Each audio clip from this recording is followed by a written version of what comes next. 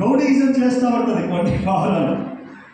ఈ పావురం ఏం చేస్తుందంటే మిగతా వాటిని తిననీయదు, అన్నింటినీ పొడి చేస్తూ ఉంటుంది, అదే తింటూ ఉంటుంది, అదే డిస్టర్బ్ చేసేస్తూ ఉంటుంది. అన్ని గూళ్ళలోకి వెళ్ళి అన్నింటినీ కొట్టేసి అన్నింటినీ తరివేస్తుంది. అప్పుడు ఏం చేస్తానంటే నేను ఆ పావురాన్ని తీసుకొని దాన్ని లాకర్లో వేసేస్తాను. అందరూ ఇక్కడే ఉన్నారండి, హల్లెలూయా.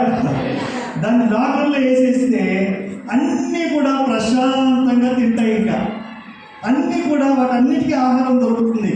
అన్నీ కూడా సమానంగా ఇంకా హ్యాపీగా బ్రతకడం స్టార్ట్ చేస్తూ ఉంటాయి. దేవుడు కూడా అదే ప్లాన్ చేస్తాడు.